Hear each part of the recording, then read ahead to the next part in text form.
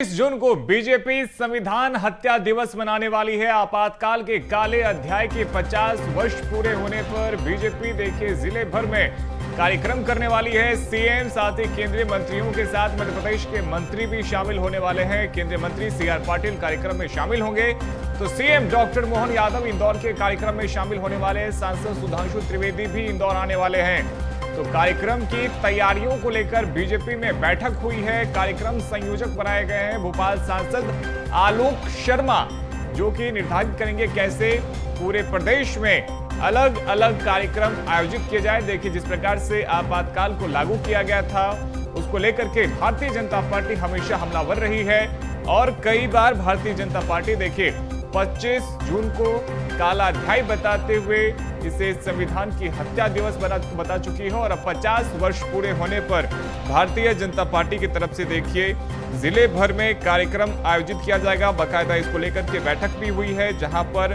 तमाम रणनीति देखिए बनाई गई है। तो 25 जून 1975 को देखिए इसे घोषित किया गया था प्रधानमंत्री इंदिरा गांधी के द्वारा और लगभग 21 महीने तक ये चला था, यानी कि आपातकाल भारत में लागू रहा था।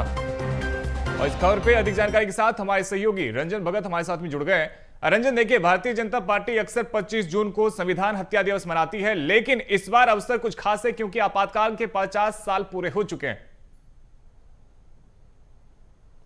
जी बिल्कुल रोहित, देखिए इस बार भारतीय जनता पार्टी संविधान हत्या दिवस एक बार फिर से मनाने जा रही है, क्योंकि इससे पहले भी हमने देखा था कि संविधान की जो हत्या की गई थी, इमरजेंसी जो लागू किया गया था, उसके बाद से बीजेपी ने इसको मुद्दा बनाया और देश भर में इसको लेकर के संविधान के प्रति लोगों को जागरूक करना, हमारे संविधान में जो अलग अलग अनुच्छेद हैं उसके बारे में बताना या फिर संविधान का सामूहिक पाठ हो, इन तमाम सारी गतिविधियाँ जो है भारतीय जनता पार्टी करते आई है। लेकिन इस बार जो है इमरजेंसी के 50 साल पूरे हो रहे हैं और यही कारण है कि पूरे देश भर में इस तरीके के आयोजन किए जाएंगे जहां पर बीजेपी के कार्यकर्ता और नेता से लेकर के केंद्रीय मंत्री, मुख्यमंत्री तक अलग अलग जगहों पर खास कार्यक्रम के तहत शामिल होने वाले हैं। मुख्यमंत्री डॉक्टर मोहन यादव इंदौर में संविधान हत्या दिवस कार्यक्रम के तहत शामिल होंगे, वहीं भोपाल में भी कई सारे केंद्रीय मंत्री पहुंच रहे हैं। इसके अलावा जो सुधांशु वो हैं, वो भी भारतीय जनता पार्टी के जो प्रवक्ता हैं वो भी इंदौर पहुंच रहे हैं। इसके अलावा अगर हम बात करें तो जितने भी केंद्रीय मंत्री हैं वो अलग अलग कार्यक्रमों में शामिल होने वाले हैं,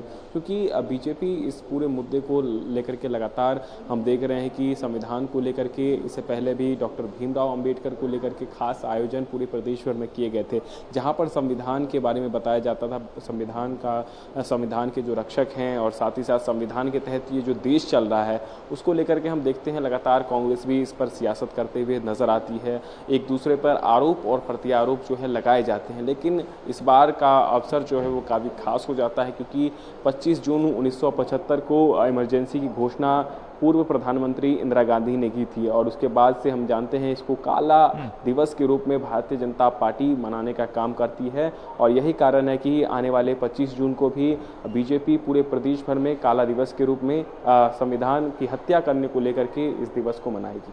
रंजन, संविधान और अंबेडकर को लेकर के सियासत कोई पहली बार नहीं हो रही है। दोनों ही पार्टियों की तरफ से दावे किए जाते हैं कि कौन ज्यादा हितैषी है, लेकिन इस बार अब भारतीय जनता पार्टी खासतौर पे पूरे देश में बताने जा रही है कि देखिए 50 साल पूरे हो चुके हैं और किस पार्टी के ऊपर में आरोप लगा है कि आपातकाल लागू किया गया था, क्योंकि कांग्रेस पार्टी ये एक ऐसा विषय है जिसपे कोई जवाब दे नहीं पाती है।